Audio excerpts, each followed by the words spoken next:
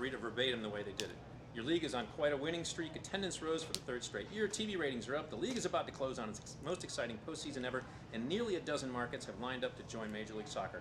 What's driving this phenomenal growth? Can it be maintained?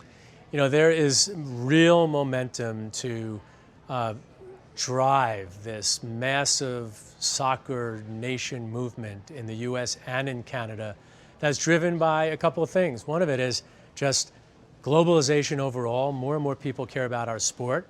Shifting demographics probably happening in places like LA almost more than any other part of the world, where more Hispanics coming into our country, they love the game, more millennials who are coming off of youth soccer fields and are now becoming influencers and purchasers. Ultimately, they're becoming fans.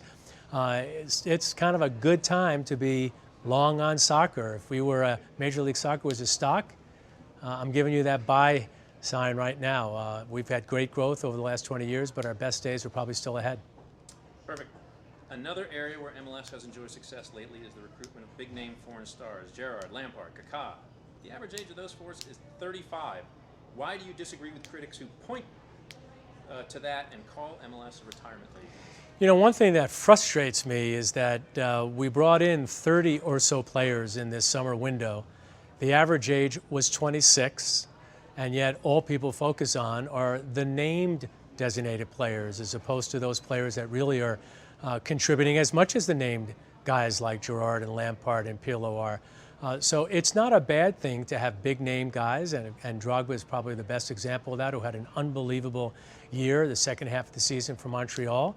And you need those players to drive international awareness and interest and to get people here on the fence and follow them for their national teams or for their foreign leagues or play them with the EA game.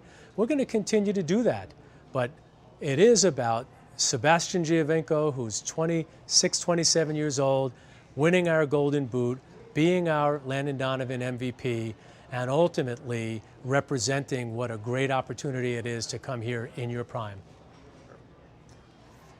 LA Football Club is scheduled to join the league in 2018 with an ownership group's deep pockets, Hollywood connections. There's already speculation that the team's first signing could be Cristiano Ronaldo. Is MLS at a point where it can attract a player like Cristiano Ronaldo? And how would that change the league? You know, we never thought in 2005 or 6 that when we enacted the designated player rule that the first guy we'd sign is David Beckham. So I don't think there's any player, whether it's Cristiano Ronaldo or not, he may or may not want to come to MLS.